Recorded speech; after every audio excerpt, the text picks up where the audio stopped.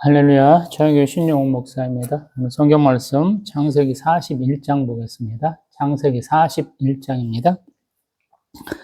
만 2년 후에 바로가 꿈을 꾼즉 자기가 나일 강가에 서 있는데 보니 아름답고 살진 7 암소가 강가에서 올라와 결밭에서 뜯어먹고 그 뒤에 또 흉하고 파리한 다른 7 암소가 나일 강가에서 올라와 그 소와 함께 나일 강가에 서 있더니 그 흉하고 파리한 소가 그 아름답고 살진 7 소를 먹은지라 바로가 곧 깨었다가 다시 잠이 들어 꿈을 꾸니 한 줄기에 무성하고 충실한 7 이삭이 나오고 그 후에 또 가늘고 동풍에 마른 7 이삭이 나오더니 그 가는 7 이삭이 무성하고 충실한 7 이삭을 삼킨지라 바로가 깬즉 꿈이라. 아침에 그의 마음이 번민하여 사람을 보내어 애굽의 점술가와 현인들을 모두 불러 그들에게 그의 꿈을 말하였으나 그것을 바로에게 해석하는 자가 없었더라. 술 맡은 관원장이 바로에게 말하여 이르되 내가 오늘 내 죄를 기억하나이다. 바로께서 종들에게 도와서 나와 떡 굽는 관원장을 친히 대장의 집에 가두셨을 때에 나와 그가 하룻밤에 꿈을 꾼즉 각기 뜻이 있는 꿈이라. 그곳에 친히 대장의 종된 히브리 청년이 우리와 함께 있기로 우리가 그에게 말하며 그가 우리의 꿈을 풀되 그 꿈대로 각 사람에게 해석하더니 그 해석한 대로 되어 나는 복직되고 그는 매달렸나이다. 이에 바로가 사람을 보내 요셉을 부르매 그들이 급히 그를 옥에서 내놓은지라. 요셉이 곧 수염을 깎고 그의 옷을 갈아입고 바로에게 들어가니 바로가 요셉에게 이르되 내가 한 꿈을 꾸었으나 그것을 해석하는 자가 없더니 들은즉 너는 꿈을 들으면 능히 푼다 하더라. 요셉이 바로에게 대답하여 이르되 내가 아니라 하나님께서 바로에게 편하는 대답을 하시리이다. 바로가 요셉에게 이르되 내가 꿈에 나일 강가에 서서 보니 살지고 아름다운 7 암소가 나일 강가에 올라와 갈밭에서 뜯어먹고 그 뒤에 또 약하고 심히 흉하고 파리한 7 암소가 올라오니 그같이 흉한 것들은 애굽 땅에서 내가 아직 보지 못한 것이라. 그 파리하고 흉한 소가 처음에 7 살진 소를 먹었으나 먹은 듯 하지 아니하고 오히려 흉하더라. 내가 곧 깨었다가 다시 꿈에 보니 한 줄기에 무성하고 충실한 7 이삭이 나오고 그 후에 또 가늘고 동풍에 마른 7 이삭이 나더니 그 가는 이삭이 좋은 7 이삭을 삼키더라. 내가 그 꿈을 점술가에게 말하였으나 그것을 내게 풀이해 주는 자가 없느니라. 요셉이 바로에게 아뢰되 바로의 꿈은 하나라. 하나님이 그가 하실 일을 바로에게 보이심이니이다. 7 좋은 암소는 7회요 7 좋은 이삭도 7회니 그 꿈은 하나라. 그 후에 올라온 파리하고 흉한 7 소는 7년이요 동풍에 말라 속이 빈 7 이삭도 7회 흉년이니 내가 바로에게 이르기를 하나님이 그가 하실 일을 바로에게 보이신다 함이 이것이라. 온 애굽 땅에 7회 큰 풍년이 있겠고 후에 7회 흉년이 들므로 애굽 땅에 있던 풍년을 다 잊어버리게 되고 이 땅이 그 기근으로 망하리니 후에 든 그 흉년이 너무 심함으로 이전 풍년을 이 땅에서 기억하지 못하게 되리이다. 바로께서 꿈을 2번 겹쳐 꾸신 것은 하나님이 이 일을 정하셨음이라. 하나님이 속히 행하시리니 이제 바로께서는 명철하고 지혜 있는 사람을 택하여 애굽 땅을 다스리게 하시고 바로께서는 또 이같이 행하사 나라 안에 감독관들을 두어 그 7회 풍년에 애굽 땅의 5분의 1을 거두되 그들로 장차 올 풍년의 모든 곡물을 거두고 그 곡물을 바로의 손에 돌려 양식을 위하여 각 성읍에 쌓아두게 하소서.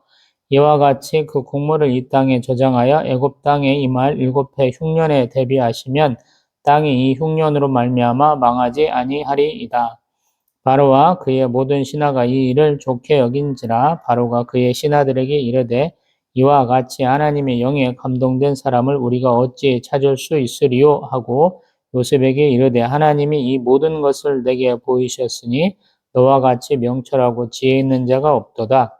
너는 내 집을 다스리라. 내 백성이 다 내 명령에 복종하리니 내가 너보다 높은 것은 내 왕자뿐이니라. 바로가 또 요셉에게 이르되 내가 너를 애굽 온 땅의 총리가 되게 하노라 하고 자기의 인장 반지를 빼어 요셉의 손에 끼우고 그에게 세마포 옷을 입히고 금 사슬을 목에 걸고 자기에게 있는 복음 수레에 그를 태우며 무리가 그의 앞에서 소리지기를 엎드리라 하더라. 바로가 그에게 애굽 전국을 총리로 다스리게 하였더라. 바로가 요셉에게 이르되 나는 바로라 애굽 온 땅에서 내 허락이 없이는 수족을 놀릴 자가 없으리라 하고 그가 요셉의 이름을 사분의 바네아라 하고 또 온의 제사장 보디베라의 딸 아스낫을 그에게 주어 아내로 삼게 하니라. 요셉이 나가 애굽 온 땅을 순찰하니라.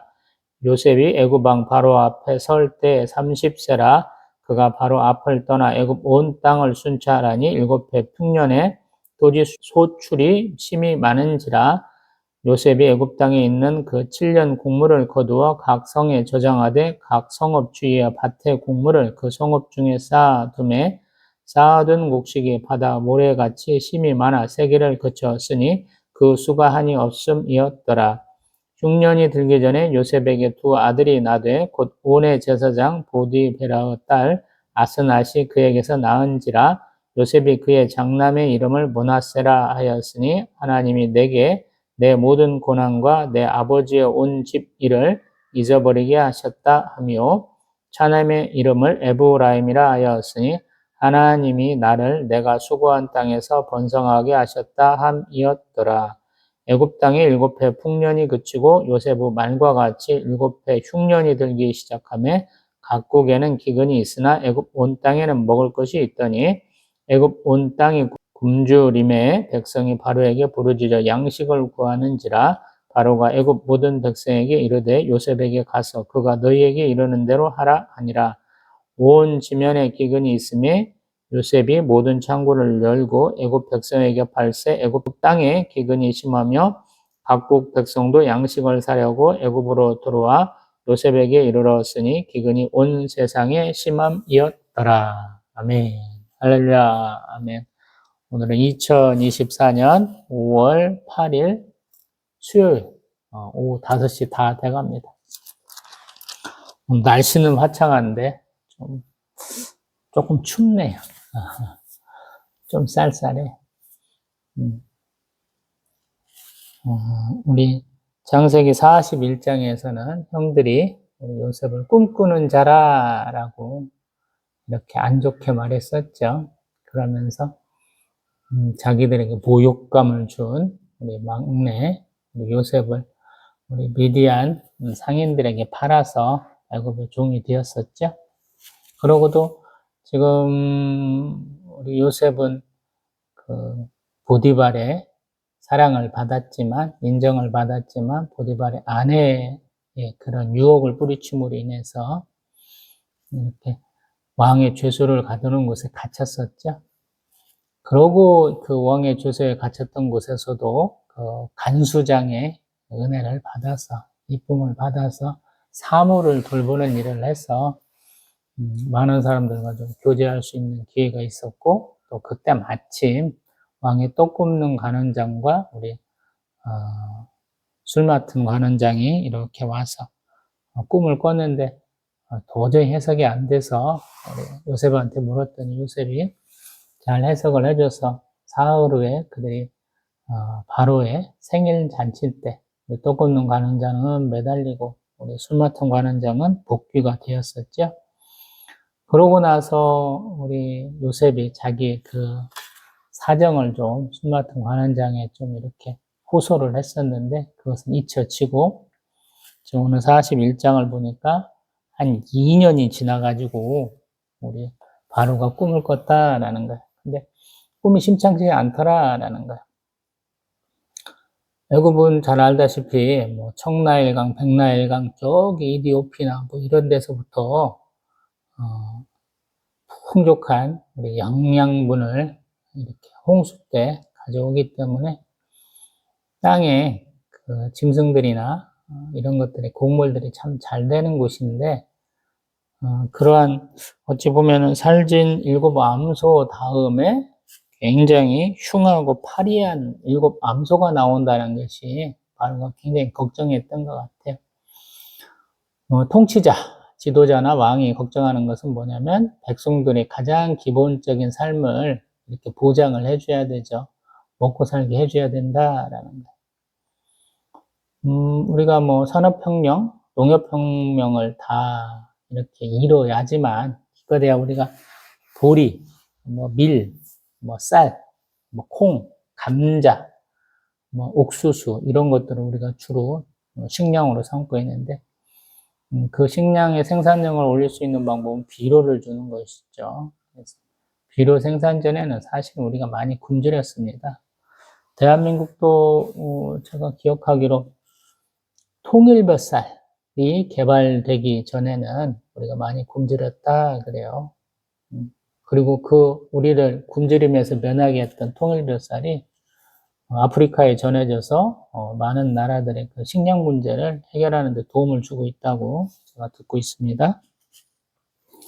지금 그렇게 백성들한테 이렇게 어려움을 줄 수 있는 지금 흉하고 파리한 그 7암소가 앞에 있는 아름답고 살진 암소 7을 잡아먹는 꿈도 참 뒤숭숭한데, 그 다음에 연달아서 꾼 꿈이 뭐냐면 한 줄기에 무성하고 충실한 7 이삭이 나왔는데, 그 다음에 또 가늘고 동풍에 마른 7 이삭이 그 무성하고 충실한 7 이삭을 그냥 딱 삼켜버리고, 그러한 꿈을 꾸고 나서 놀라서 막 이렇게 깼다라고 얘기를 하잖아요.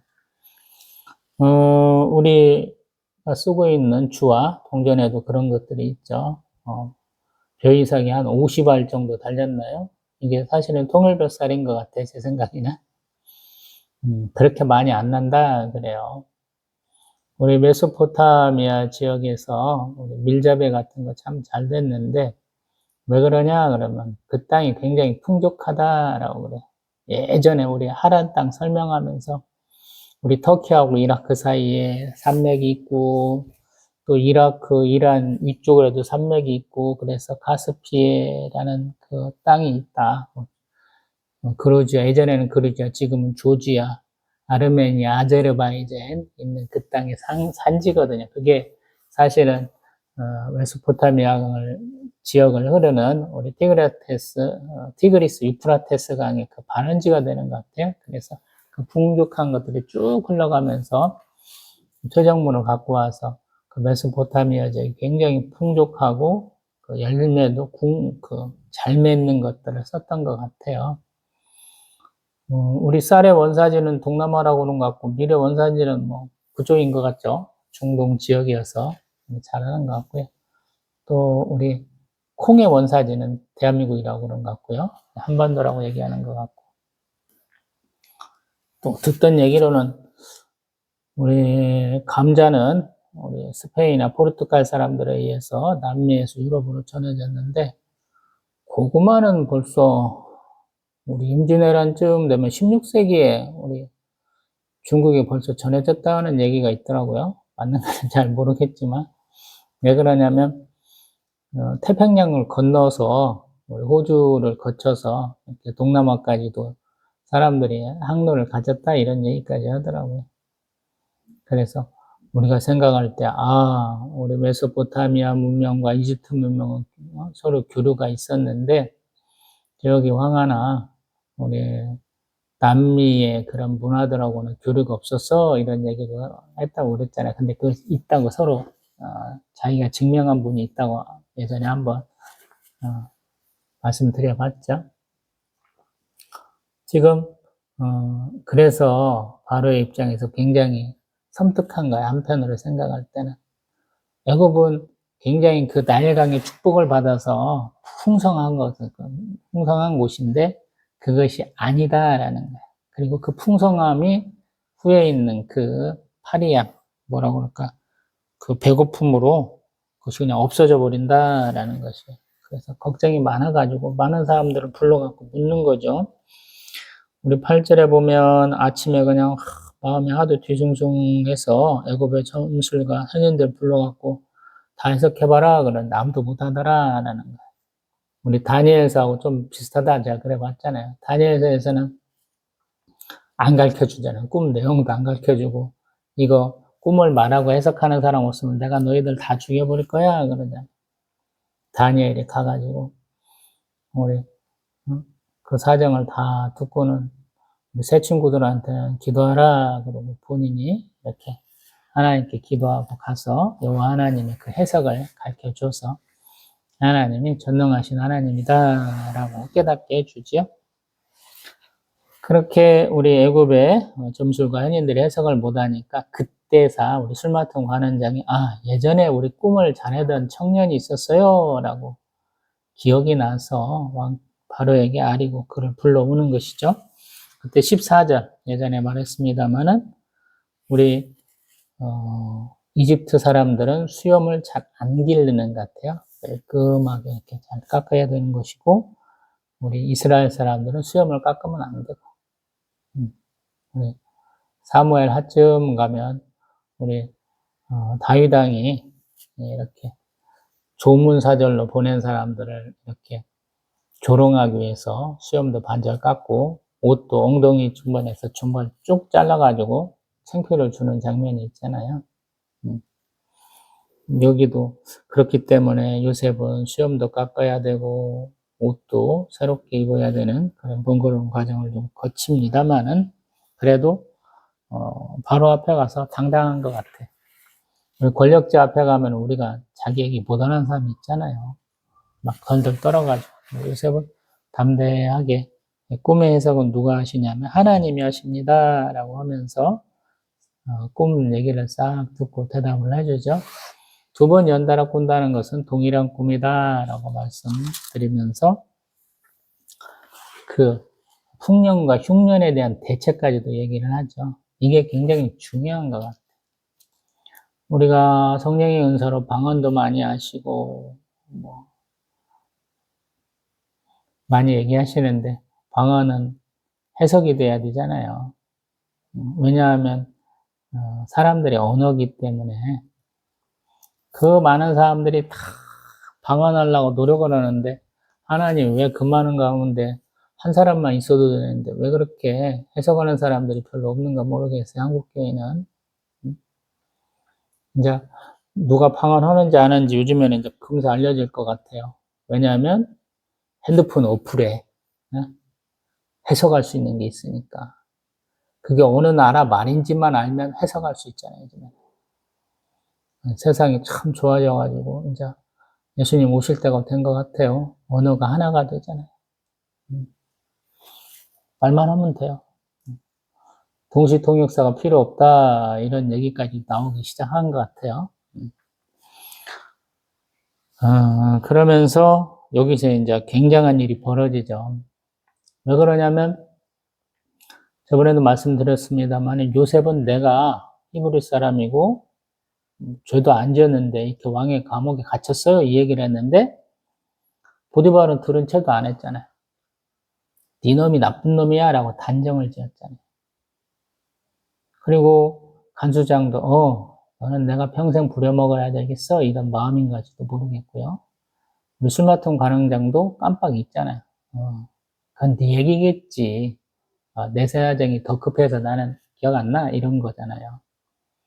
근데 다른 사람들은 다 시원찮게 드는데 그들 위에 있는 사람 최고 권력자인 바로는 이 요셉의 꿈 해석을 가볍게 듣지 않더라라는 거예요. 다른 사람들은 다 무시했잖아요. 아버지도 이상하게 생각해, 형제들도 이상하게 생각해, 자기 가족도 이상하게 생각한 것 같고, 애굽에 잡혀왔는데도 이상하게 생각하는데, 가장 권력자, 내가 한마디만 하면 좀 도와주실 수 있지 않을까라는 막연한 기대를 가졌던 그 바로가 꿈 해석에 대해서 전적으로 찬성하더라라는 거예요. 그래? 그럼 너같이 똑똑한 네가 한번 해봐. 그러면서 우리 38절 이와 같이 하나님의 영이 감동된 사람을 우리가 어찌 찾을 수 있겠다라고 그걸 바로 총리에 임명해버리잖아요. 처음 봤어요. 근데 처음 보고 그의 능력을 높이 샀다라는 이런 거 정말 쉽지 않죠. 우리도 뭐 첫인상 얘기하면서 뭐 능력 한번 테스트 한다면서 서로 이렇게 주고받고 해야 되잖아요. 바로는 그게 없더라. 왜 그러냐면 네가 못하면 내가 하면 되지 이런 게 있으니까요. 사실 우리가 어떤 면에서는 좀 이치에 맞지 않는 행동들을 해요. 내가 많이 준비해야 상대방이 나를 받아주겠거니 그러거든요. 그 인사 담당자들이 하는 얘기, 참 대학교에서 좀 잘 가르치면 우리 기업에서 참 좋은 인재들 쓰겠다 이런 얘기들을 참 많이 하잖아요. 근데 우리 젊은이들이 뭐 기업체 취직을 위해서나 또 우리 공무원 시험들 많이 준비하죠. 참 우스운 것이 뭐냐면 그 사람들 합격자들도 그렇게 가리고 가렸는데 아마 한 10%쯤은 합격하고 얼마 안 돼갖고 다시 관두는 것 같아요. 왜 그럴까라는 거. 그건 뽑는 사람은 잘못이죠. 그렇게 우수한 인재를 뽑아갖고 내가 뭔 일을 시킬 수 있을까 고민을 해야 되는데 그런 걸 안 하잖아요. 이건 경쟁률이 높으니까 그 중에서 가장 뛰어난 놈 뽑아놓고 보자 이런 바보 같은 짓이잖아요, 사실은. 우리 구급 공무원 시험만 준비하려고도 얼마나 많이 해요. 뭐 짧은 사람은 한 1, 2년 안에 해결하기도 하지만 어떤 사람은 길게 해야 되거든요. 그 사람들 가서 뭐 합니까, 사실은? 굳이 그렇게 공무원 시험 준비할 필요가 있는 건가요? 없는 걸 하잖아요. 정신노동 시키는데 뭐더러 그렇게 열심히, 별로 필요 없는 걸 해야 돼요. 기업체도 마찬가지. 인턴 사원 뽑아놓고 맨날 시키는 게 커피 심부름 시키고, 청소 시키고, 복사 심부름 시키는데 왜 필요해, 그게? 그거부터 시작해야 된다라고 생각하는 자신들의 어떤 고정관념이겠죠. 그렇게 우수한 인재를 받았으면 잘 이렇게 사내 적응 프로그램이든가 아이디어 회의 같은 데를 넣어야 될 거 아니에요. 그 사람들이 계속 커갈 수 있는 것들을 만들어 줘야 되잖아요. 말은 맨날 수평적으로 만든다면서도 아직 우리의 그 수직적 문화를 계속 고집하니까 못 견디고 나오는 사람들 너무 많잖아요. 우리도 마찬가지예요. 교회도 마찬가지예요. 목사님들도 많이 바뀌어야 되고 성도들도 많이 바뀌어야 되고 교육자들을 대하는 태도가 좀 최신으로 많이 바뀌어야 돼요. 성도들을 대하는 교육자들의 태도도 바뀌어야 되고 다시 가봅니다. 바로에게는 이렇게 권위가 있고 능력이 있기 때문에 이렇게 외국인 청년을 하나 쓸 수 있는 거예요. 누가 이렇게 좋은 아이디어 낼 수 있겠어? 아이디어 낸 사람이 대장하자 이렇게 되는 거거든요. 그래서 우리 요셉이 대장이 됐다라는. 그리고 그가 일을 잘할 수 있도록 모든 것을 다 주는 거죠. 이렇게 권력을 주고요. 또 그의 신분을 상승시켜줘요. 아무것도 없는 사람이 아니고 제사장의 사위가 되게 해주는 거죠. 그래서 그의 신분을 상승시켜주는 거예요. 우리 지난 주일 11시 대회 때는 누가복음 15장 했는데 아버지가 허랑방탕해서 외국에 나가서 이렇게 뭔가 못된 일로 세상 자기 유산도 다 까먹고 또 못된 짓만 몽땅하고 있는 아들 받아들일 때 보세요. 멀리서부터 보고 가고 막 뛰어가고 아들 살아 돌아왔다 기뻐하면서 막 뽀뽀해대면서 반지 끼워주지, 옷 입히지, 신발 신기지, 동네 잔치 하자고 송아지 잡으라고 그러지 막 연달아 서잖아요. 왜 그러냐면 그네 나라의 풍습이 아버지 생전에 유산 받아가면 벌써 죽일 놈 되는 거예요. 불효자 중에 상 불효자라 가만 놔두면 안 되는 거거든요. 거기다 내가 하늘과 아버지께 하나님을 대체해서 부르는 거예요. 하나님을 함부로 그 사람들이 못 부르니까. 하늘과 아버지께 죄 지었습니다. 이제 나 품꾼으로 살겠습니다. 품꾼으로 받아주세요. 이거는 연습을 많이 하고 가잖아요. 아버지는 아니죠. 그 사람의 지위를 회복시켜 주려고 하는 것이고 바로도 마찬가지. 우리 요셉의 지위를 확고하게 해주려고 자기가 가장 좋은 우리 지금 보면 수레를 쓰고 그 다음 버금 수레, 그 다음 거 수레 주고 인장 반지를 주고 또 우리 세마포 옷을 입히고 금사슬을 목에 걸어준다라는 거. 우리 유다도 며느리가 꿈인지도 모르고 자기 거 주잖아요. 도장하고 끈하고 지팡이 같은 거 하나 주잖아요. 그거랑 똑같은 거. 근데 참 복된 경우가 그가 말한 대로 7년 동안 풍년이 되더라라는 거. 실컷 말했는데 평소하고 똑같네. 아니면 흉년이 더 빨리 왔네. 그러면 요셉이 자기 지위를 이렇게 제대로 잊지 못할 것이고 하나님이 해석한다. 하나님이 주신 것이다. 이런 것들이 사람들이 믿지 않고 그럴 거 아닙니까? 근데 다 그대로 되더라라는 거예요. 요셉은 복을 받아서 아내가 두 아들을 연달아 낳더라라는 거예요. 근데 저번에 말씀드린 것처럼 므낫세는 여기 이제 써 있는 것처럼 51절에 하나님이 내게 내 모든 고난과 내 아버지의 온 집 일을 잊어버리게 하셨다라고 해서 잊는다는 뜻이 있어요. 므낫세. 근데 두 번째 아들에게는 에브라임 그러거든요. 에브라임은 뭐냐면 하나님이 나를 내가 수고한 땅에서 번성하게 하셨다 그러는데 번성하다라는 뜻이 있는데 두 배의 번성을 얘기를 해요. 이제 애굽 총리가 됐으니 바라는 게 없잖아요. 그래서 형들이 나를 버렸으니까 아버지하고 나하고 가족하고는 다 이제 끝난 거야. 자, 그 나의 태어난 일, 그 과거의 일은 싹 잊고 여기서 번성해서 살자 이 생각을 하는 것이거든요. 근데 이 흉년에 들어오면서 문제들이 점점 확고해지죠. 하나님 왜 요셉을 애굽 땅에 보냈는지가 알게 돼요. 그리고 그것을 요셉 스스로가 인정하는 것들이 이제 계속 쭉쭉쭉 나오거든요. 지금 흉년이 되니까 문제가 뭐냐면 풍족하게 쓰던 사람이 흉년이 되니까 감당이 안 되는 거죠. 그래서 애굽 백성들이 이제 곡식을 사 먹어야 되는 것이고요. 이웃 나라들도 마찬가지.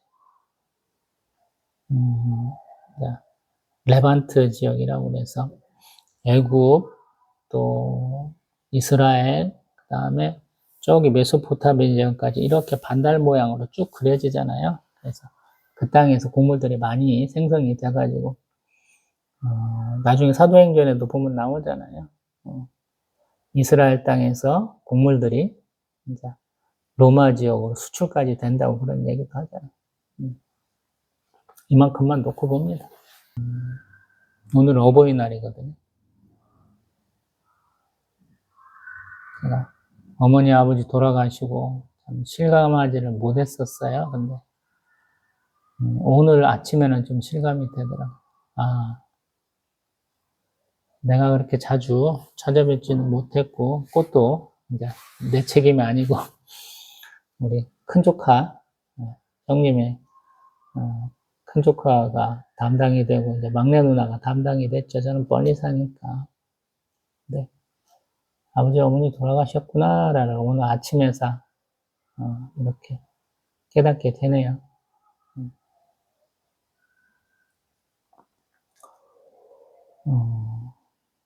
지난번에 어머니 기일을 맞아서 이렇게 아버지 어머니 모신 산소에 가봤는데 참 신기해요. 어머님 흰꽃을 좋아했어서 그랬는지 제비꽃도 흰 제비꽃이 이렇게 많이 났더라고. 라일락도 이렇게 흰 것으로 흰색으로 심어놓긴 했는데 흰 제비꽃 보면서 어머님 계신 곳인갑다 이 생각도 좀 하긴 했네요. 요셉은 어떤 마음이었을까요? 자기에게 채색옷 입히고 굉장히 아꼈던 아버지. 근데 아버지의 또 다른 아들들인 형들은 왜 그렇게 나를 싫어했을까 고민 참 많이 해봤을 것 같아요. 그리고 자신의 꿈에 대한 그들의 반응을 보면서 참 고민도 많이 했을 것 같아요. 내가 그 얘기 안 했으면 어땠을까.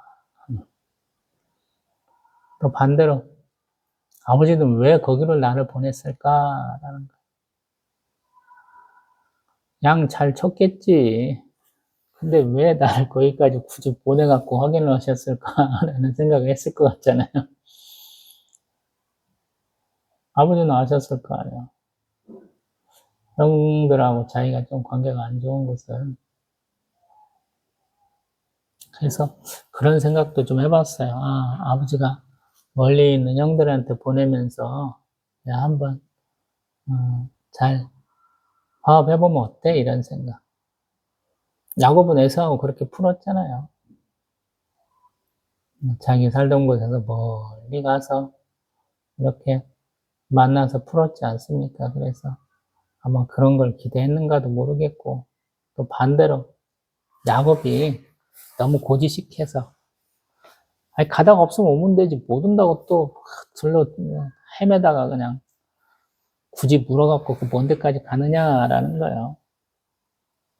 이게 참 안 좋은 일은 계속 삼천포로 빠져가지고 더 안 좋게 되는데 그래서 일어난 사건인 것 같기도 하고요. 근데 참 대단하죠. 자신의 육신의 아버지에게는 이렇게 좀 대접을 잘 받았다가 조금 이렇게 서운한 일이 있었을 수 있는데 요셉에게 따뜻한 어른이 있다는 거예요, 지금. 어떤 면에서. 제가 항상 엮이는 가정이다. 야곱의 가족을 항상 안 좋게 몇 차례 말해봤잖아요. 아버지와 어머니가 제대로 된 역할을 해야 자녀들이 좀 이렇게 밝고 좀 긍정적으로 살거든요. 그러한 역할을 해준 사람이 있었을까 한번 생각을 해본다라는 거예요. 요셉이 총리가 되면서. 형들도 뭐라고 그랬고 아버지도 요셉의 꿈에 대해서 뭐라고 좀 했잖아요. 아, 나까지 너에게 절해야 돼? 이렇게 좀 혼냈잖아요. 근데 요셉에게 바로는 굉장히 색다른 분이었을 것 같아요. 왜냐하면 네 꿈 해석이 맞는 것 같아 이렇게 적극적으로 지지해 주잖아요. 아버지와 형들이 싫어했고 자기 목숨과 관계된 우리 떡국농 관원장, 술마통 관원장도 시원찮게 들었잖아요. 그대로 이루어졌음에도 불구하고. 근데 이 발언은 어떻게 될 줄도 모르고도 그러면 네가 일 맡아서 해봐 이렇게 얘기하잖아요. 굉장한 낯설고도 좀 기쁨이었을 것 같아요. 누가 이렇게 자신을 인정하기는 쉽지 않거든. 우리가 신앙생활 하다 보면 육신의 아버지뿐만 아니라 이렇게 천지의 창조주신 하나님을 아빠 또는 아버지라고 부를 때가 있어요. 아버지라고 부를 때가 있거든요. 그래서 이런 것 같은 거, 이거보다 훨씬 더 크고 눈물 나고 더 이렇게 그냥 확 달아오르는 그러한 사랑이 있어요. 내가 막 아버지한테 뭔 얘기도 해야 되고 뭣도 해야 하고 이런저런 사정을 다 얘기하시는데 우리 전능하신 하나님, 우리의 창조주신 하나님은 내가 뭐 어떤 인간인지 다 아세요. 왜 나를 만드셨으니까. 그래서 뭔 얘기를 하든지 다 알아들으시고 다 아시고 적절하게 대답을 하셔요. 대응을 해주셔요. 아마 요셉은 다른 모든 사람들보다도 이 바로한테 마지막까지 충성했을 것 같아. 왜냐하면 자신의 사정을 이렇게 능히 짐작하면서 적극적으로 수용해줬기 때문에 그래. 인생에서 이런 사람 만나기 정말 힘들어요.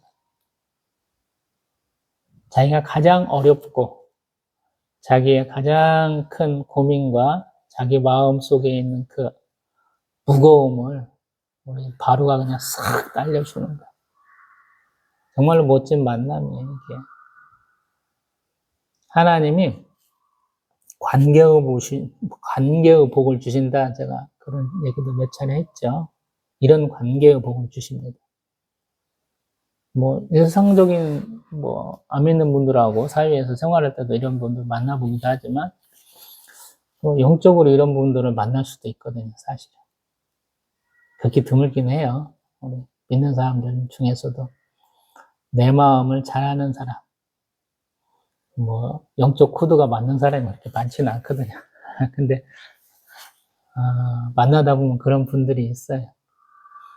우리가 지금 봄이니까 꽃들을 보면서, 아우, 저 색깔 참 이쁘다 하는 것도 있고, 이 꽃의 향기는 너무 좋아 하는 것도 있고, 어떤 거는, 싫어! 이런 거 있잖아요. 우리도 신앙생활 하다 보면 그런 색채와 그런 향기를 띄어요. 우리가, 뭐, 우리 사도 바울의 연기처럼 그리스도의 편지, 그리스도의 향기, 이런 표현들을 쓰는 것처럼 우리도 띄거든요. 그래서 나에게 끌리는 향과 나에게 와닿는 색채가 있어요. 그래서 그것을 영들 분별함이라는 것으로 이렇게 조금 표현을 해서 한번 해보세요. 만나보시고 한번 교제해 보세요. 같은 교회에 있을 수도 있고, 이렇게, 어떤 모임 가운데서 있을 수도 있고 그러거든요. 그런 분하고 얘기하면 굉장히 시원합니다. 얘기가 시원해요. 말이 잘 통해요.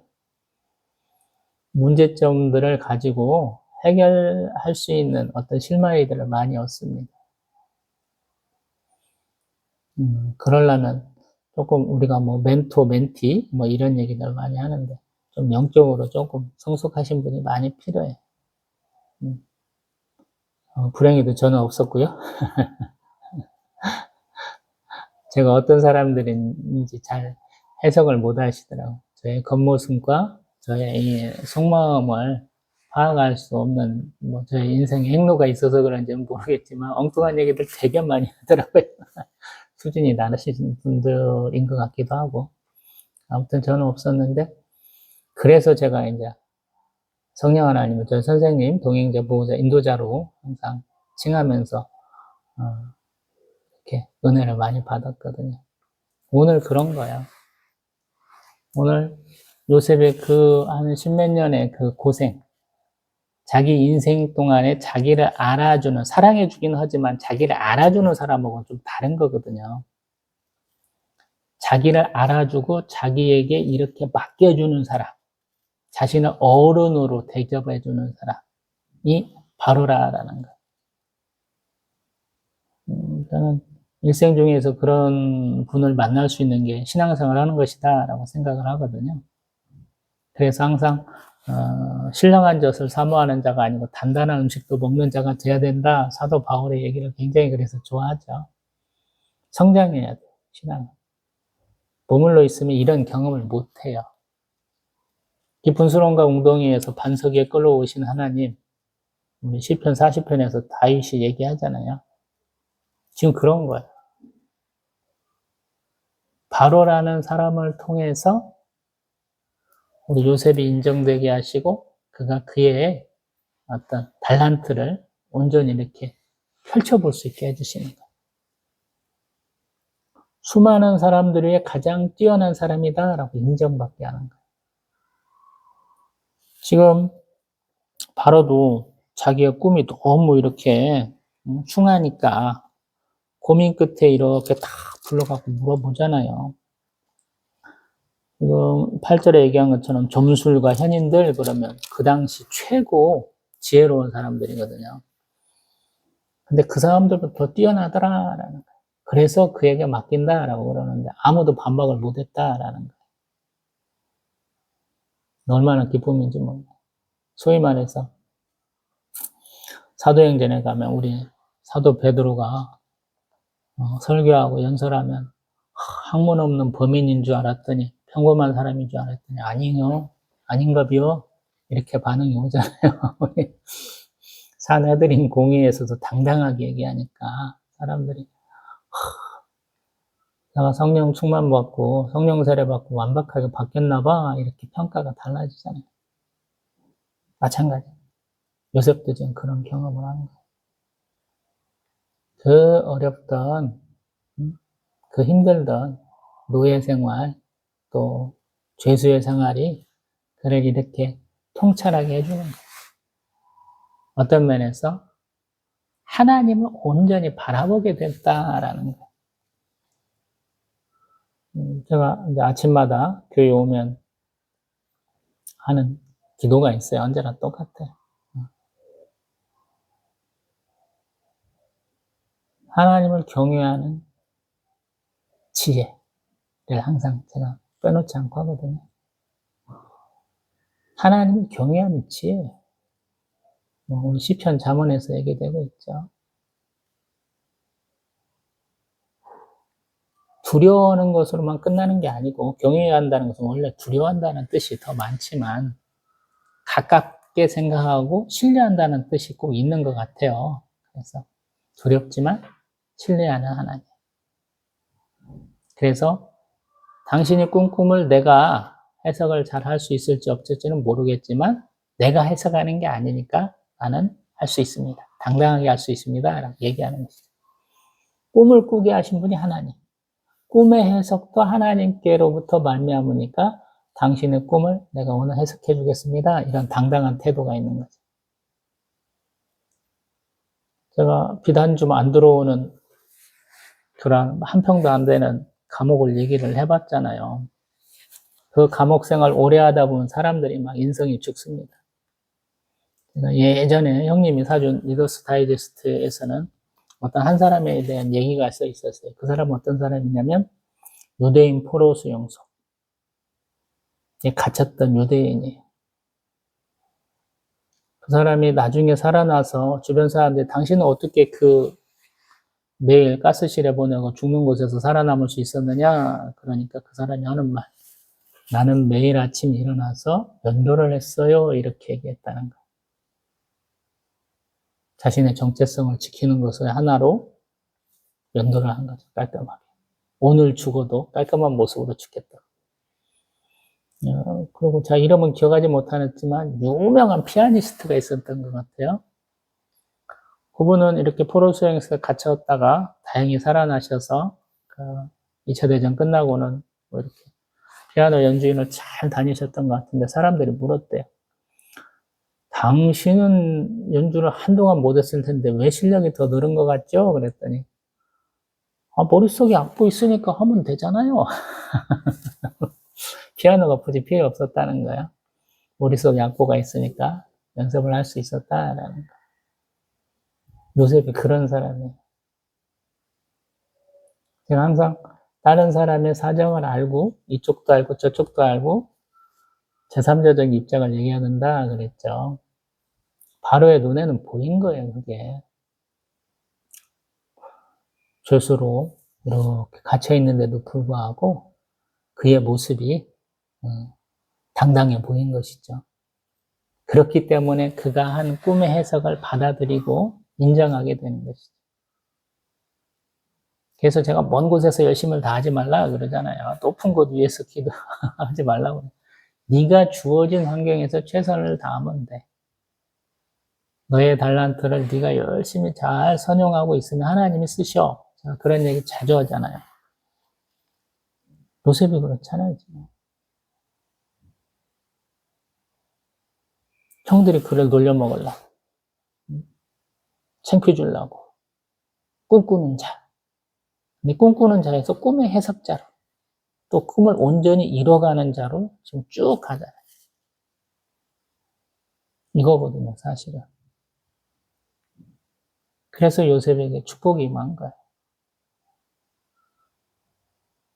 그리고 내가 어떤 과거를 딛고 새로운 뭔가 업적 위에 섰을 때, 더 복된 자리에 섰을 때 요셉과 같이 살기는 쉽지 않죠. 물론 이제 요셉도 사실은 이렇게 안 살았지만 과거는 잊어야 돼요. 과거는 과거로 끝내야 돼요. 과거에 자꾸 매달리면 자기를 공격하게 돼요. 그게 어떤 면에서. 그래서 중독자가 되기도 하고 스스로 생을 마감하기도 하고 그렇더라고요. 과거는 과거에 잊으세요. 저도 이불킥 되게 많이 했다고 매 차례 얘기하잖아요. 이 동영상 찍는 이유 중에 하나가 나는 이렇게 당신들보다 못냉이고 이렇게 자랑할 것도 하나도 없는데 그런 나를 하나님이 쓰신다고 하셔서 이렇게 하나님 앞에 솔직하게 나아갔던 것처럼 이렇게 남들이 좀 안 들어봤을 것 같은 얘기로 하나님과 교제하려고 기도하려고 이렇게 저의 감상을 얘기합니다. 되게 이렇게 얘기하고 있잖아요. 마찬가지로 하나님이 복수는 하나님의 것이다. 알려주시잖아요. 옥에 빈 웅덩이에다 가둬놨던 형들 단체로 싹 감옥에 가둔 걸로 마감하게 하고 가장 못되게 굴었을 것 같은 시몬 딱 잡아놓고 아버지조차도 와가지고 절하게 하잖아요. 물론 요셉이 더 반가워하고 더 눈물 짓기는 하지만 그래서 저는 목회하면서도 그런 경험 많이 했는데 누가 저를 시원찮게 대하면 막 하대하고 가짜게 대하면 막 화가 나가지고 하나님 앞에 기도하거든요. 하나님 많이 갚아주시더라고요. 담임 목사가 뭐라고 그래서 제가 서운하게 그 사역을 마치면 부교육자 사역을 하나님이 또 갚아주시더라고요. 전도로 나가는데 시원찮게 그러면 하나님이 또 갚아주시더라고요. 반대로 그 사람들이 열심히 하나님 앞에 기도하고 저도 혼나기도 하겠죠.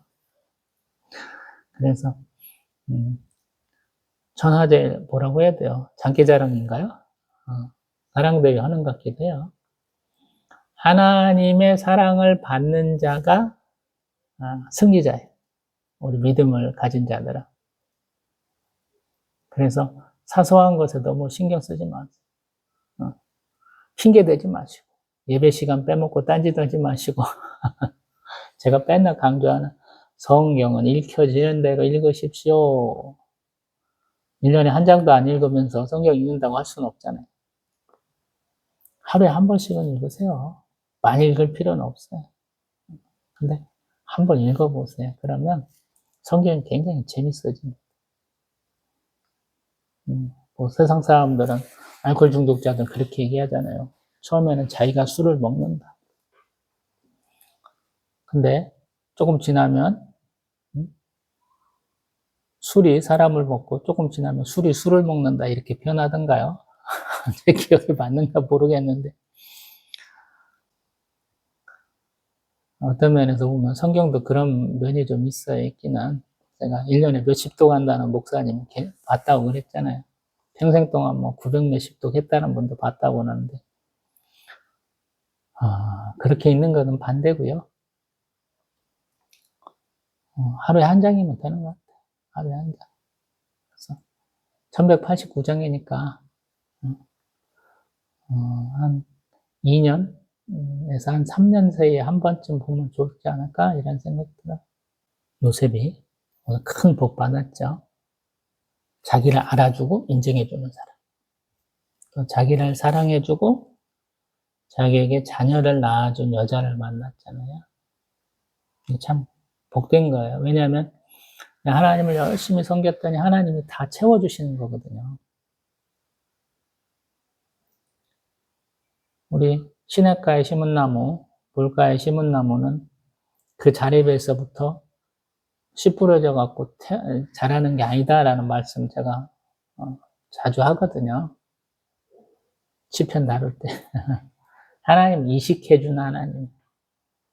우리 사도 바울의 표현으로는 자라나게 하시는 하나님이 우리를 자라나게 하시는 거예요. 그래서 내가 왜 이런 환경에서 살아야 돼? 불평불만할 시간에 열심히 뿌리를 내고 가지를 뽑고 꽃을 피우고 열매를 맺어보세요. 그러면 하나님, 너는 크게 되려면 뭐야? 그래서 하나님 좋은 곳에 옮겨 심으실 거라고. 또 뵙겠습니다.